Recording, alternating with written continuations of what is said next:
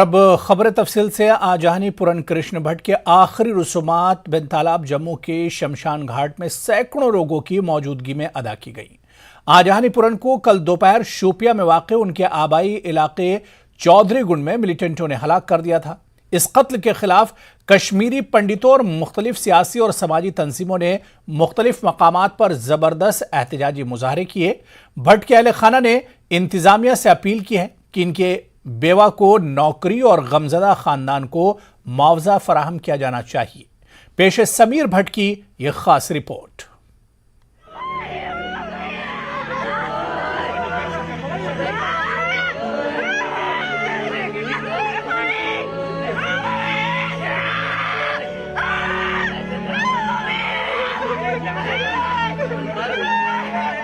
कश्मीर में 43 साला पूरन कृष्ण भट्ट की दर्दनाक कहानी खत्म हो गई। एक नौजवान कश्मीरी पंडित पूरन कृष्ण भट्ट की एक और कीमती जिंदगी अपनी जवान बीवी और स्कूल जाने वाले छोटे बच्चों को छोड़कर खत्म हो गई। पूरन भट्ट की जिंदगी का अलमनाक अंजाम कल जनूबी कश्मीर के शोपियां जिले में उनके आबाई गांव चौधरी गुंड के करीब हुआ, जब मुसल्लह दहशतगर्दों ने उन पर गोलियां बरसाई। उनकी मैयत कल रात जम्मू में वाक़ उनकी रिहाइश गाह पहुँची। आज उनकी मैयत को एक जुलूस के साथ शमशान घाट पहुंचाया गया। लोगों की बड़ी तादाद ने उनके आखिरी रसूमात में शिरकत की। आखिरी रसूमात की अदायगी में मौजूद हर शख्स ने पूरन कृष्ण भट्ट को आंसुओं से अलविदा किया। पूरन की बहन नीलम कुमारी का कहना है कि उनका भाई एक शरीफ इंसान था। अहले खाना के मुताबिक पूरन वादी कश्मीर में कुछ अरसे से खुद को गैर महफूज महसूस कर रहा था। इसके बावजूद भी पूरन ने कश्मीर नहीं छोड़ा। पूरन को शायद ही मालूम था कि कश्मीर से इतनी मोहब्बत की उसे इतनी बड़ी कीमत चुकानी पड़ेगी। नीलम ने एलजी मनोज सिन्हा से अपील की कि उनकी अहलिया को सरकारी मुलाजमत दी जानी चाहिए और खानदान को मुनासिब मुआवजा फराहम किया जाना चाहिए। मेरी बात फ्राइडे को हुई थी, फ्राइडे रात को हुई थी, तो उन्होंने ज़्यादा बात डिटेल में नहीं हुई थी। बस यही बोला है कि हम सेब उतारे हैं, ज़्यादा टाइम नहीं लगेगा, तो 10-15 दिन में हम आएंगे जम्मू। उनको डर था, बहुत डर था। जब से वो छोटी गामा का हुआ था टारगेट किलिंग, जब से उनके अंदर बहुत डर था। वो जल्दी बेचारे कर रहे थे, बहुत सारे मजदूर लगाए थे, वो जल्दी कर रहे थे ताकि हम जम्मू आए। 15 दिन बाद में ज़रूर आ जाऊंगा। तो बस यही बात हुई थी। फिर मैंने बोला थक गया है, जाओ, दिन भर काम करता है तो अब सो जाओ। उनकी अनफॉर्चुनेट किलिंग हुई है। ये परिवार जो है उनके वो प्राइवेट करते थे, ऑर्चर्ड्स बाग, उनके पास कुछ नहीं। क्या आपको लगता है कितना गमों का पहाड़ टूट पड़ा है और क्या चाहते हो सरकार? सर वो बीएससी था, कोई जॉब नहीं थी उसको, क्वालिफाइड तो था, जॉब नहीं थी। वो यही काम करता था, अपने सेब थे, अपने अखरोट थे, वही बेच के फिर चला लेता था, अपना खर्चा वही चला लेता था। अब उनके पास कोई सोर्स नहीं है, कोई इनकम का सोर्स नहीं है। बस मैं यही गवर्नमेंट से रिक्वेस्ट करूंगी, उनका कोई मतलब थोड़ा गवर्नमेंट जॉब वॉब मेरी भाभी को दे दो ताकि वो अपनी बच्चों की पढ़ाई कंटिन्यू रखे। पूरन की आखिरी रसूमात के दौरान मौजूद कश्मीरी पंडितों ने वादी कश्मीर में पंडितों और दीगर अक़लियतों के मुसलसिल कत्ल पर हुकूमत को निशाना बनाया। इनका कहना है कि हुकूमत पंडित बरादरी के लिए एक तवील जामे मंसूबा तैयार करने में नाकाम साबित हुई। इनका कहना है कि पंडित मुलाजिमीन की हकीकी आवाज को सुनने में भी सरकार नाकाम रही है। कश्मीरी पंडित टारगेट किलिंग के बाद जम्मू में एहतजाज पर हैं और मुंतकिली की मांग कर रहे हैं। हर हत्या फिर एक हत्या होती है और ये 35 साल से लगातार जारी है। और ये जो कल पूरन भट्ट की हत्या की गई है, उस कड़ी में जो हमारे साथ जिनोसाइड हुआ उसकी एक अंतिम और ताज़ा तरीन कड़ी है।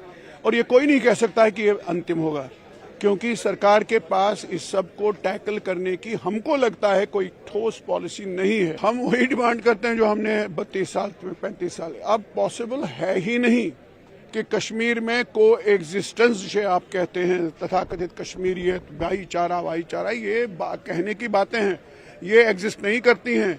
आपको कोई नहीं चाहता है कि आप वापस जाएं। जब को एग्जिस्टेंस रिजेक्ट हुई है तो ऐसे में आप कैसे जाएंगे? तो वो रास्ता कश्मीरी पंडितों के पास है। हम कहते हैं कि कश्मीर को डिवाइड करो, कश्मीर के अंदर एक चंडीगढ़ बनाओ, एक यूटी कश्मीर के अंदर परमानेंटली क्यों नहीं बने? सरकार तब भी काम कर रही थी, सरकार अब भी काम रही है। तो हमारी यही है कि सरकार को एक चेताना चाहते हैं कि आप हमारे लिए जो भी पॉलिसी आप क्लियर डिक्लेयर कर दीजिए। ये ऐसे चुन चुन के मरना अब हमें स्वीकार नहीं है।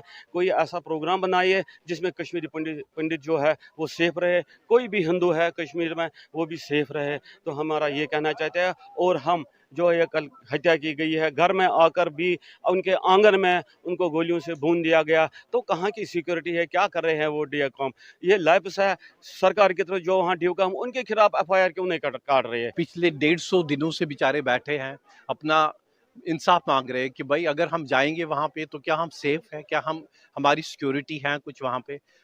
उल्टा सरकार ने उनकी सैलरियां बंद कर दी। ये कहाँ का इंसाफ है? आप उनको मजबूर कर रहे हो वहां जाओ मरो, मरने के लिए जाओ। ये कहाँ का इंसाफ है? हम गवर्नमेंट ऑफ इंडिया से मतलब डिमांड करते हैं कि इमीडिएटली कोई ना कोई जल्दी से स्टेप उठाए कि अब हम ये लाशें देखने के लिए हमें मंजूर नहीं है। कश्मीरी पंडितों में मुसलसल टारगेट किलिंग के खिलाफ कई सियासी और समाजी तंजीमों ने जबरदस्त एहतजाज किया है। इन्होंने वादी कश्मीर में कश्मीरी पंडितों समेत अक़लियतों के कत्ल में मुलव्विस दहशतगर्दों के खिलाफ सख्त इक़दाम का मुतालबा किया।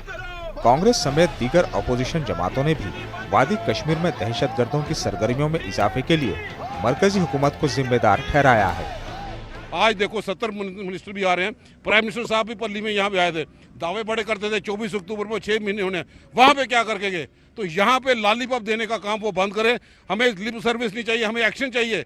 अगर यहाँ पे नोटबंदी जिसलिए उन्होंने खत्म की थी कि आतंकवाद की कमर तोड़ेंगे, लेकिन सिलेक्टिव और टारगेटिंग किलिंग का सिलसिला यहाँ पे जारी है। लोगों के और प्रशासन के बीच में एक एडवाइजर है, क्या जम्मू कश्मीर इन्हीं के माध्यम से चलेगा? सिक्योरिटी ग्रिड को मजबूत करने की जरूरत है ताकि इनको सेफ्टी महसूस हो। और आज भी मैं समझता हूँ जो जम्मू बेस्ड एम्प्लॉय जो धरने पे यहाँ पे बैठे हैं, उनका स्टैंड क्लियर यहाँ पे हो गया। इसी वजूहत के तहत वो यहाँ पे परेशान है। गवर्नमेंट रिव्यू करे, कोई ना कोई फैसला यहाँ पे करे और पुख्ता बंदोबस्त सुरक्षा यहाँ पे करे। मैं संवेदना प्रकट करता हूँ तो इस दुखद घटना के ऊपर परिजनों के प्रति आज हम यहाँ पर पहुँचे हुए हैं।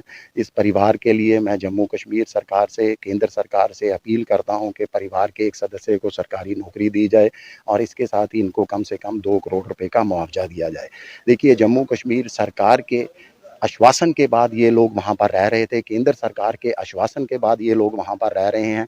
तमाम हिंदू परिवार, अल्पसंख्यक परिवार वहाँ पर रह रहे हैं, मगर सरकार इनको सुरक्षा देने में पूरी तरह से नाकाम साबित हुई है। पूरन कृष्ण भट्ट की हलाकत के बाद उनके बच्चों का मुस्तकबिल अंधेरे में है। एहतजाजियों और अहले खाना का हुकूमत से मुतालिबा है कि वो जल्द अज जल्द इस खानदान के लिए कुछ फलाही इक़दाम उठाए। उम्मीद है कि सरकार कश्मीर और कश्मीर से बाहर कश्मीरी पंडितों को तहफ़्फ़ुज़ के साथ साथ उनकी फलाह और बहबूद के लिए कोई ठोस इक़दाम उठाएगी। न्यूज़ 18 के लिए जम्मू से समीर